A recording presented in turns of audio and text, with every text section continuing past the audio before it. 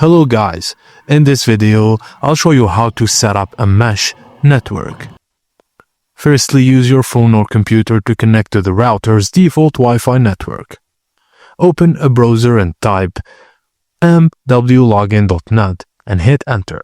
When prompted, set a strong login password and pick your connection type like PPPoE, dynamic IP or static IP. Fill in any required info from your ISP, then click Next. Now customize your Wi-Fi network name and password, or keep the default, then click Next. Now use a strong Wi-Fi password, mix of letters, numbers, and symbols. Follow the on-screen instructions to pair more Halo units. Each one automatically join the mesh network for seamless coverage. To pair, power on the Halo unit, keep it close to the main router during setup. Use the web interface to add a new unit and then wait for automatic pairing to complete.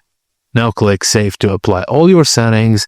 You now have a working mesh network with a whole home coverage. And that's it guys. Don't forget to subscribe.